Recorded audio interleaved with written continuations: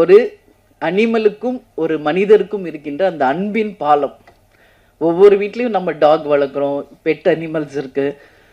வீட்டில் எப்போவுமே கேப்டனும் சரி, நானும் சரி, பிரபாஷ் அம்மு எல்லாமே ஒரு பெட் லவர்ஸ். நம்ம வீட்டில் எவ்வளோ டாக்ஸ் இருக்குன்றது உலகத்துக்கு தெரியும். அவங்க அன்பாக வளர்க்குற கிளி எத்தனை இருக்குன்றது உங்களுக்கு தெரியும்.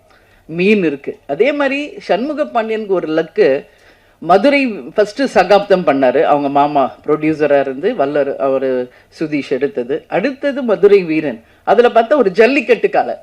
இதில் எப்படி தம்பி எப்படி யானையோடையே பழகிறாரோ அது மாதிரி அந்த ஜல்லிக்கட்டு காளையோடையே அவ்வளோ ஒரு பாண்டிங்காக தம்பி பழகியிருக்கார். அப்போது அம்மா நம்மளும் ஒரு ஜல்லிக்கட்டு காளையை வாங்கணும், வளர்க்கணும். அவங்க கேட்டால் நான் நோவே சொல்ல மாட்டேன். கேப்டன் கேட்டாலும் நான் நோ சொல்ல மாட்டேன், பசங்க கேட்டாலும் நான் நோ சொல்ல மாட்டேன். ஏன்னா யாரெல்லாம் ஒருவர் பெட் லவர்ஸாக இருக்காங்களோ அவங்க அத்தனை பேரும் நல்ல